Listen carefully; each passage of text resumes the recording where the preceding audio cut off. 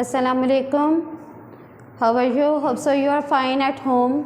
Me, your teacher, 4th class teacher. Now today day is 6 September and the day is Monday. Now let's start with our lectures. First subject is our English. The topic is assessment 1. Book page number please open 55 and notes page number 6. Today we should learn question number 1 and 2. First question is question number 1. Copy these sentences, write nouns, verbs, adverbs, adjectives in the column under them. Here are 4 sentences of these. We should separate noun, adjectives, verbs and adverbs. आप जानते हैं कि noun naming words हैं, adjectives आपके describing of nouns हैं, verbs आपका action word है और एडवर्ब्स जो है वो वर्ब को डिस्क्राइब कर रहा है. So let's start our lecture. Sentences 1 is a quick brown fox quickly jump over the lazy dog. एक ब्राउन तेज़ रफ्तार लोमड़ी एक सुस्त डॉग के ऊपर जंप करती है. तो इसको इसमें से हम पहले फर्स्टली नाउन सेपरेट करेंगे. Separate noun are twos. First is fox, second is dog. In this sentence there are 2 nouns. Now let's describe the adjectives. Adjectives of nouns are quick. Fox की एडजेक्टिव है quick and brown और dog की है जी lazy. Verb क्या है, action word इनका jumped. They have jumped. Adverb क्या है quickly. They have jumped quick. Fox has jumped quickly. Now second sentence is the noisy students chatted excitedly. Noun is in this sentence student. Second उनका जो है adjective lazy and verb in it chatted. और verb की जो उसको नोयत है उसको describe कर रहा है वो है excitedly. Now third sentence is the thief crept into the shop quietly. There are also 2 nouns. Firstly thief, second shop. There is no adjective so we should leave it. Next verb is crept. thief crept और crept के साथ उसकी जो adverb है वो है quietly, खामोशी के साथ आया. फोर्थ है our teacher came to our class smiling. In this sentence there are 2 nouns also. First teacher, second is class. ठीक है, इसमें भी कोई एडजेक्टिव नहीं है. we should leave this. verb is came और वो किस कंडीशन में आया, smiling. Question number 1 is done. Now start question number 2. Copy these sentences. Write Q for question, S for statement, C for command and E for exclamation. जैसे कि हम जानते हैं कि क्वेश्चन सवालिया जुमले के लिए होता है, स्टेटमेंट बयानिया जुमले के लिए है, कमांड जिसमें कोई हुक्म या ऑर्डर दिया जाए और एक्सक्लेमेशन जो है उसमें किसी भी किस्म की खुशी, अफसोस या कोई भी अचानक हमारी जो फीलिंग्स होती हैं उसको एक्सप्लेन किया जाता है. अब हम इन सेंटेंसेस को पढ़ेंगे और इनके एंड में जिस किस्म की भी कंडीशन होगी उस सेंटेंस की हम उसके अकॉर्डिंग उनके फर्स्ट लेटर्स जो हैं वो राइट करेंगे. Now let's start. When did you reach here? When did you reach here? End में देखें क्वेश्चन मार्क है तो so we write here Q for question. Statement B, what a pretty flower it is. कितना खूबसूरत फूल है ये. This is a explanation. क्यों, क्योंकि इसमें कोई अचानक फीलिंग खुशी का इजहार किया जा रहा है. Third one is it is a pretty flower. Simple sentence है, स्टेटमेंट है. ठीक है. Last is go and see who is playing outside. जाओ और देखो बाहर कौन खेल रहा है. It is an order so it is a command. So we write at the end of it C. That is your English work. Now let's start science subject. Today's topic is think and answer, and we should write question number 8. So let's open your notes. On the notes, your unit is 9 and think and answer, and we should learn question number 8. So open your notes, page number 6. Now we read question number 8. What are luminous and non-luminous objects? चमकदार या चमकीली और गैर चमकीली अशिया कौन कौन सी हैं या क्या होती हैं? Now let's start. We read answer. Answer is luminous objects, चमकदार अशिया. Those objects which give off the light of its own are called luminous. वो तमाम अशिया जो खुद अपनी रोशनी देती हैं वो तमाम luminous हैं यानी चमकदार हैं. ईजी हैं यानी फॉर एग्जाम्पल सन अपनी रोशनी है उसकी, टॉर्च ये भी रोशनी देता है, बल्ब, कैंडल ये भी रोशनी देती हैं. ये सारी क्या हुई? चमकदार यानी लुमिनस ऑब्जेक्ट्स.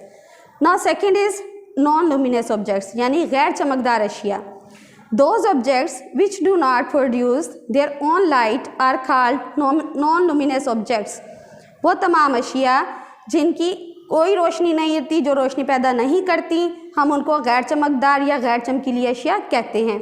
ईजी हैं इनकी यानी फॉर एग्जांपल्स मून, चांद, डोर दरवाज़ा, टेबल, मेज़, चेयर, कुर्सी.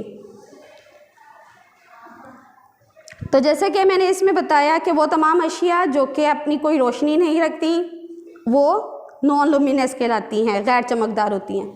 Now done is your science work. Let's start now our subject social studies. We have to start in this unit number 14 culture. In these days we are starting reading here, so we start next reading. Topic our reading and words meaning. Book page number please open 97 to 98. Firstly we should read 97.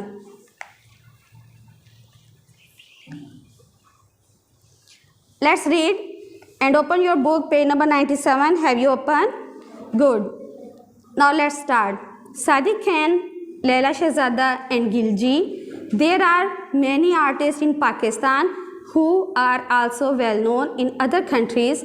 Early artists use very basic or simple equipment and tools. They use paints made from plants and animals' dyes. Each artist had his own style of working, but the artists in one region usually had similar styles. For example, Mughal arts was based on styles brought from Persia. They specialized in making miniature paintings. This form of art has been continued to the present times.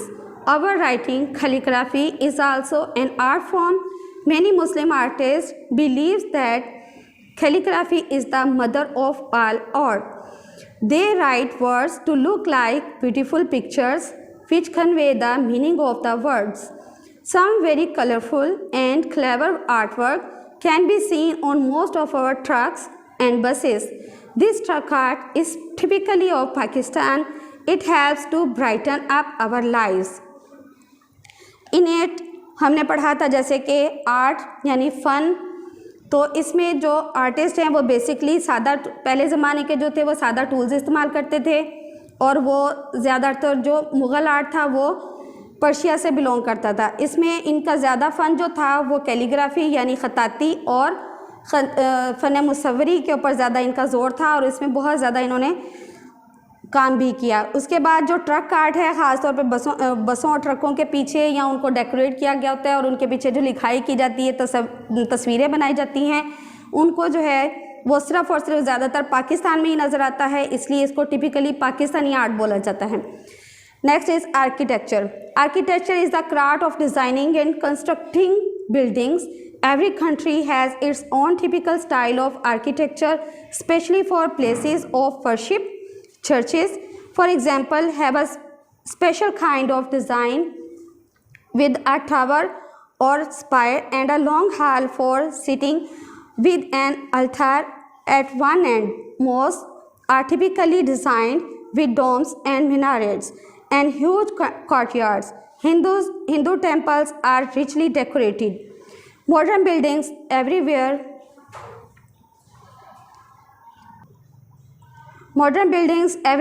are now quite similar tall, multi-storied structures of glass and steel. Some of the old historical places in Pakistan have been preserved under the Heritage Act and are being repaired and maintained. Literature. Our writers have produced many great works of prose and poetry. Though modern writers are now also writing in English, most of the works of classical literature have been written in Urdu. Ask your Urdu teacher to tell you about the poetry of Allama Iqbal, Faiz Ahmad Faiz and Ahmad Faraz, three great Urdu poets, and about some of our great works of literature by writers such as Imtiaz Ali Taj, Shaukat Siddiqui, Altaf Fatma, Fahmida Riaz and Ishfaq Ahmad. There are many more Pakistani poets and writers who have written in Urdu, English and the regional languages. Food, festivals and games. What kind of food do you eat at home? What festival do you celebrate? What games do you play and which one do you like watching? Let us look at some of our food's favorite festivals and games. Food and drink. Our food is famous throughout the world for its wonderful taste. There are thousands of restaurants in other countries that serve Pakistani dishes.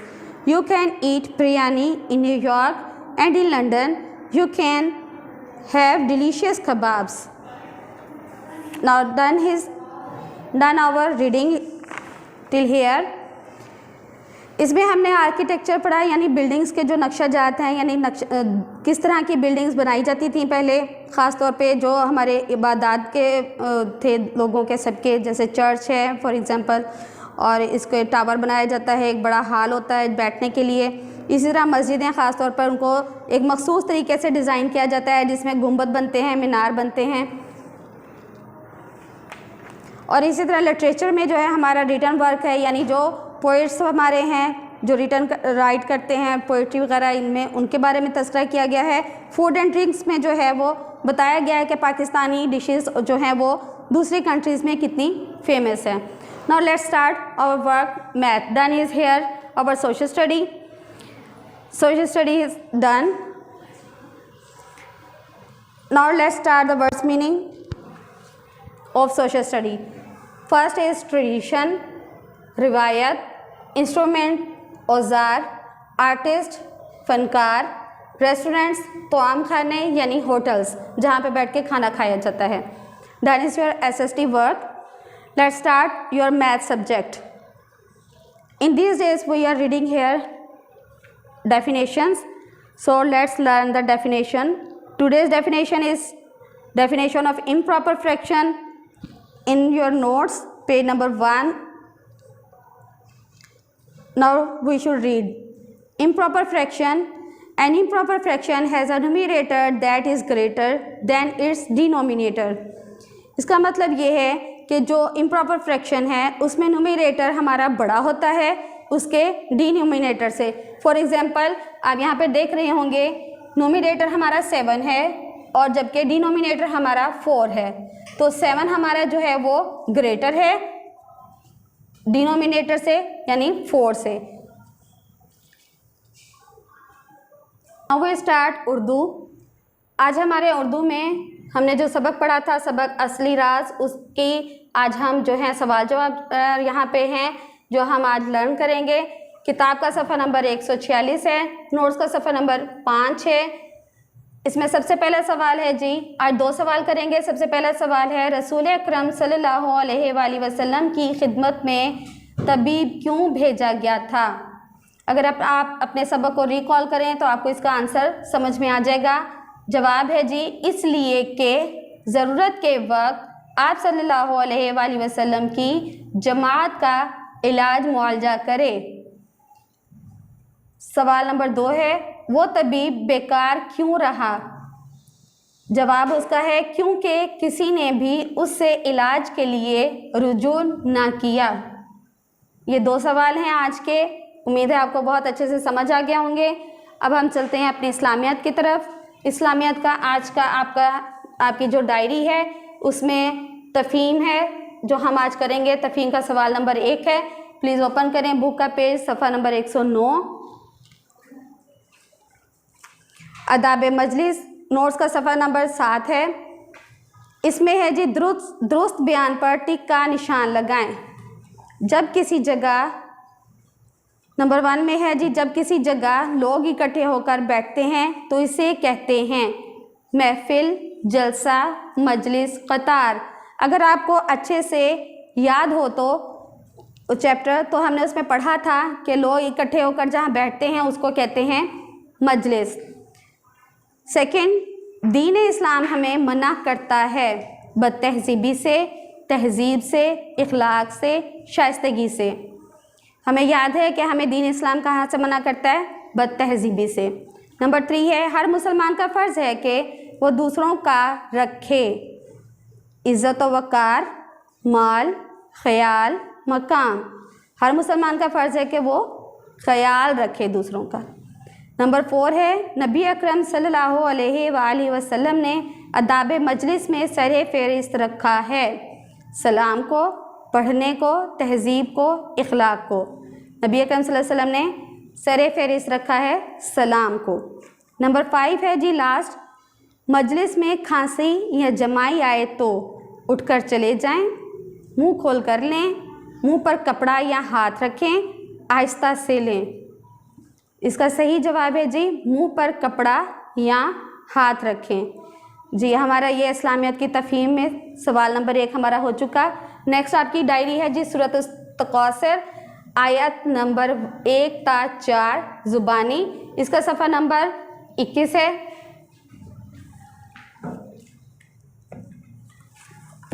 सफ़ा number 21 खोलेंगे। सूरत तकासुर हिफ्ज़ व नासरा आपका ये unit है, page number 21 है। बिस्मिल्लाहिर्रहमानिर्रहीम। अल्हाकुमुत तकासुर हत्ता ज़ुरतुमुल मुक़ाबिर कल्ला sofa तअलमून कल्ला sofa तअलमून सुम्मा कल्ला सौफ़ा तअलमून। बस जी यहाँ तक आपने सूरत तकासुर याद करनी है ज़बानी। जज़ाकल्लाह। अब आप ओपीडी ओपन करेंगे। ओपीडी में पेज नंबर 3 आपका है जी मौसीकी, म्यूज़िक। इसमें आपका ओपीडी के वर्ड्स जो हैं वो नंबर 1 से लेकर 8 तक है। नंबर 1 है आपका वर्ड एंटीना, इससे लेकर आपने नंबर 8 तक याद करना है loud speaker. Thank you so much, जज़ाकल्लाह। अस्सलामु अलैकुम वरहमतुल्लाहि वबरकातुहू। अस्सलामु अलैकुम वरहमतुल्लाहि वबरकातुहू। मैं 4 क्लास के कुरान की टीचर हूँ। आज हम कुरान का पढ़ेंगे इस उम्मीद के साथ कि आप सब बच्चे बिल्कुल ठीक होंगे। अल्लाह पाक हम सबको अपनी हिफ्ज़ व अमान में रखें। चलें स्टार्ट करते हैं। डायरी है हमारे पास, पारा नंबर 3 सूरतुल बकरा आयत नंबर 254 ता 257 प्लस अस्माउल हुस्ना 51 ता 74 प्लस कलमा नंबर 5। पारे को ओपन करके पारे पे फिंगर रख के आप लोगों ने बार बार रिपीट करना है मेरे पीछे। अऊज़ु बिल्लाहि मिनश शैतानिर रजीम बिस्मिल्लाहिर रहमानिर रहीम। या अय्युहल्लज़ीना आमनू अनफ़िक़ू मिम्मा रज़क़नाकुम मिन क़ब्लि अन यअतिय यौमुन ला बैउन फ़ीहि वला खुल्लतुन वला शफ़ाअह वल काफ़िरून हुमुज़ ज़ालिमून। अल्लाहु ला इलाहा इल्ला हुवल हय्युल क़य्यूम। इधर से हमारी आयतुल कुर्सी स्टार्ट हो रही है, तो ये आप लोग ज़ुबानी याद करके सुबह शाम भी पढ़ सकते हैं इसको। अल्लाहु ला इलाहा इल्ला हुवल हय्युल क़य्यूम ला तअख़ुज़ुहु सिनतुन वला नौम लहू मा फ़िस समावाति व मा फ़िल अर्ज़ मन ज़ल्लज़ी यशफ़अु इंदहु इल्ला बिइज़्निहि यअलमु मा बैन ऐदीहिम व मा खल्फ़हुम वला युहीतून बिशैइन मिन इल्मिही इल्ला बिमा शाअ वसिअ कुर्सियुहुस समावाति वल अर्ज़ वला यऊदुहु हिफ्ज़ुहुमा व हुवल अलिय्युल अज़ीम। इधर तक आयतुल कुर्सी थी। ला इक्राहा फ़िद्दीन क़द तबय्यनर रुश्दु मिनल ग़य्य फ़मन यकफ़ुर बित्ताग़ूति व यु'मिन बिल्लाहि फ़क़द इस्तमसक बिलउर्वतिल वुस्क़ा ला इंफ़िसाम लहा वल्लाहु समीउन अलीम। अल्लाहु वलियुल्लज़ीना आमनू युख़रिजुहुम मिनज़्ज़ुलुमाति इलन्नूर वल्लज़ीना कफ़रू औलियाउहुमुत ताग़ूतु युख़रिजूनहुम